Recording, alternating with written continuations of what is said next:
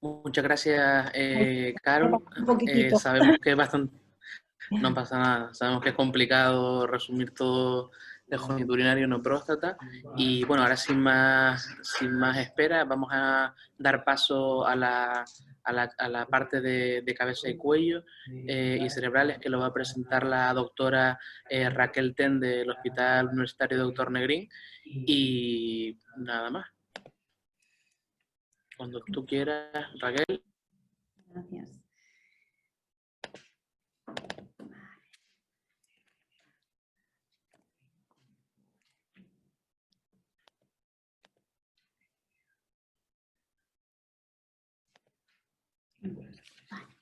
Bueno, y también son unos agradecimientos y bueno, yo os voy a hablar de cabeza y cuello y sistema nervioso central. En primer lugar hablaré de cabeza y cuello. Empezaríamos hablando de un estudio de biología y que estudia la actuación de testar tanto el P16 como el HPV para determinar el pronóstico en cáncer de orofaringe. Como bien todos sabemos, el cáncer de orofaringe, el principal factor pronóstico que tiene es el virus del papiloma humano. En la práctica clínica habitual se utiliza la tinción de inmunohistoquímica con P16. Sabemos que es un marcador subrogado y eso lo que supone es que en algunas ocasiones el P16 está expresado sin que esté presente el virus. Es por ello que presentan un estudio con la intención de determinar y clarificar los determinantes y el pronóstico de ese grupo de pacientes que son P16 positivos, HPV negativo. Reclutan 7.702 pacientes de Europa y también del norte de Norteamérica que detectan la P16 y el HPV y dividen a los pacientes en 4 grupos, los que son P16 HPV negativos, los que son P16 HPV positivos, los que son P16 positivos HPV negativos y los que son P16 negativos HPV positivos.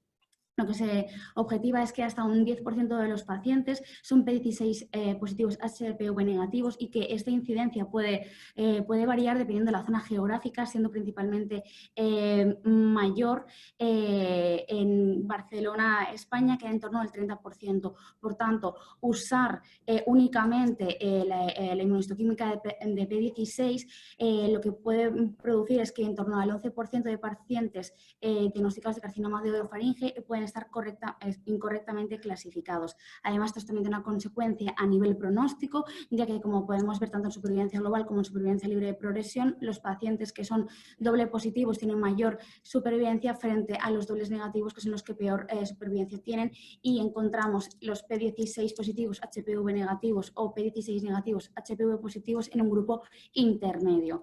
Lo mismo pasa con la supervivencia global y en cuanto al riesgo de muerte, tienen mayor riesgo de muerte los que son P16 y HPV negativos y menor riesgo de muerte los que son doble positivos. Esto en cuanto a biología, los siguientes 4 estudios que presento son una enfermedad localmente avanzada. El primer de ellos, el primer estudio que presento es el PEMBRO-RAT.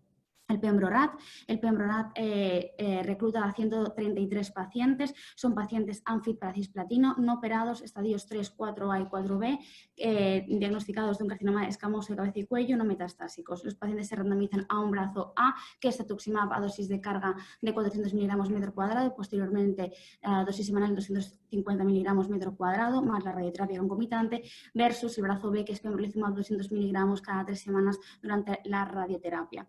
El endpoint primario fue el control de la tasa, el control de la enfermedad locorregional a los 15 meses de haber finalizado el tratamiento, y los endpoints secundarios: supervivencia global, supervivencia libre de progresión y tasa de recaída locorregional y a distancia. Como podemos objetivar, en el endpoint primario es un endpoint negativo, ya que la tasa de control de la enfermedad a 15 meses con el cetuximab fue el 59% versus el pembrolizumab el 60%, no siendo estadísticamente significativo. No únicamente no fue significativo el endpoint primario, sí tampoco fue significativo ni la supervivencia libre de progresión, ni la supervivencia global, ni la tasa de control locorregional, ni metástasis a distancias. Por tanto, es un estudio negativo.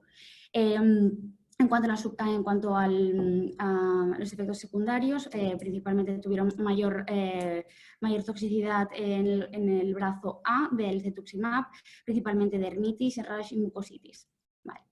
En cuanto al segundo estudio que presento, es el Javelin, es un estudio randomizado placebo controlado doble ciego fase 3, son pacientes diagnosticados etiológicamente de carcinoma escamoso de cabeza y cuello, que no habían recibido un tratamiento previamente y pacientes de alto riesgo. Se randomizaban en 2 brazos. El brazo A, una dosis de carga de avelumab de 10 miligramos kilogramo, más posteriormente reciben avelumab 10 miligramos kilogramo cada 2 semanas, más cisplatino 100 miligramos 100 miligramos metro cuadrado, más la radioterapia, y posteriormente continúa con una fase de mantenimiento de 12 meses de avelumab 10 miligramos kilogramo cada dos semanas. Y estaba controlada con placebo en el brazo B, placebo dosis de carga, placebo más cisplatino más IMRT y posteriormente placebo mantenimiento. Bien, el endpoint primario fue la supervivencia, el supervivencia libre de progresión y el endpoint secundario de supervivencia global, y se realizó un análisis interino a los 214 eventos. En cuanto a la supervivencia libre de progresión evaluada por el investigador, lo que podemos ver es que no se alcanza ninguno de los 2 brazos y que además no es estadísticamente significativo, pero si analizamos por subgrupos vemos que en general todos tienen la misma tendencia al endpoint primario, exceptuando en la expresión de PDL1, sobre todo aquellos que son mayor del 25%, parece que pueden beneficiarse del avelumab. Hay que tener en cuenta que es una muestra muy pequeña y que no es estadísticamente significativa. En cuanto a la supervivencia global, tampoco se alcanza en ninguno de los 2 brazos y tampoco es estadísticamente significativa. Y en cuanto a los efectos secundarios, lo que objetivamos es que son similares en los 2 brazos, principalmente para mucositis, radiodermitis y disfagia, y sí que es cierto que en cuanto a las reacciones infusionales fueron superiores para el UMAP. Por lo tanto, es un estudio que con estos resultados se paró, no continuó porque se vio poco probable que el avelumab fuese superior al placebo. El tercer ensayo que presento es una actualización, una actualización a 3 años de un ensayo que se presentó en ESMO 2019. Es un fase 2, doble ciego, placebo controlado. Son 96 pacientes que se randomizaban a recibir Xevinavant. El Xevinavant es un antagonista inhibidor de las proteínas apoptóticas oral, más quimioradio, y versus placebo más quimioradio. El endpoint primario fue la tasa de control locorregional a los 18 meses y los endpoints secundarios, supervivencia libre de progresión y supervivencia global. Ya en el año pasado, en el 2019, y ese objetivo, que el endpoint primario fue alcanzado, que la supervivencia libre de progresión fue a favor del Xevinavant.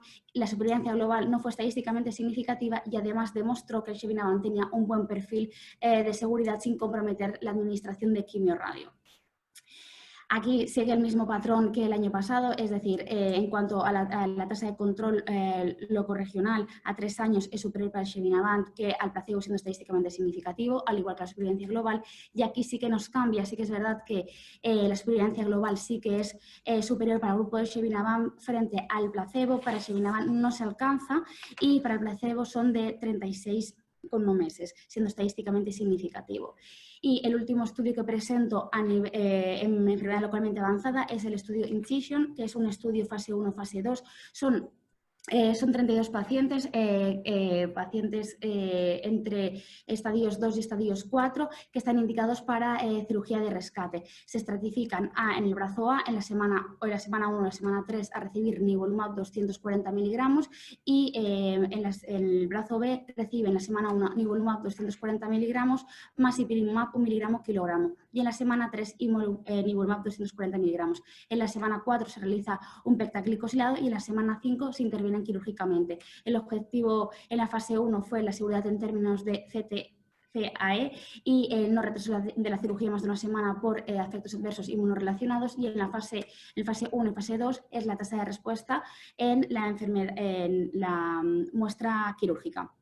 En términos de seguridad, lo que objetivamos es que los efectos adversos inmunorrelacionados grado 3 y grado 4 fueron bien manejables y que en ningún momento la cirugía se tuvo que retrasar debido a estos efectos inmunorrelacionados. En cuanto a la eficacia, lo que se objetivó es que el nivolumab más menos ipilimumab indució un 31% de respuesta casi completa patológica en el tumor primario. Y estos pacientes que tienen una respuesta completa casi patológica presentaban una respuesta libre de recaída a los 14 meses del 100%. Además, este estudio también es importante porque abrió la puerta a posibles estudios con marcadores como es el PEC-TAC. Lo que es el objetivo es que la tasa, la respuesta metabólica a las 4 semanas revelada por PEC-TAC permitió discernir a aquellos pacientes que hicieron una respuesta completa casi patológica. Hubo disociación entre el tumor primario y la afectación ganglionaria en cuanto a respuesta. La CPS no predijo respuesta al tratamiento de forma significativa, y en cuanto a la hipoxia, lo que es objetivo, aquellos pacientes que presentaban hipoxia durante el tratamiento eran pacientes que se podían identificar que hacían la respuesta completa casi patológica. Y en cuanto al sistema nervioso central, rápidamente, el primer presento dos ensayos, dos de biología de glioblastoma. El primer de ellos estudia el valor predictivo y valor predictivo de respuesta de la temozolomida en los pacientes que presentan una mutación en el promotor de TERT. Lo que es un estudio negativo porque además es objetivo que aquellas mutaciones en el promotor de TERT no influían en la respuesta temozolomida independientemente que la MGMT estuviese metilada o no.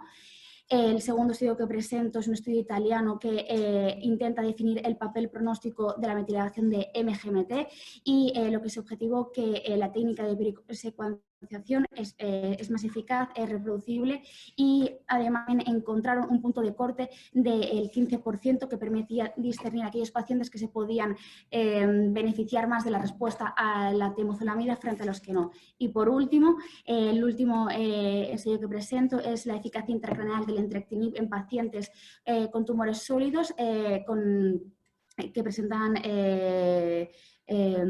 mutaciones en mTRAC con metástasis cerebrales de base. Son pacientes que se reclutan de 3 ensayos clínicos que demuestran la eficacia del entrectinib. Son 16 pacientes que al inicio presentaban metástasis cerebrales a nivel del sistema nervioso central y son de diferentes tumores primarios, y el endpoint primario fue la tasa de respuesta, que como podemos comprobar es de en torno al 50%, y la supervivencia libre de progresión fue en torno a 9 meses. Y eso es todo. Muchas gracias.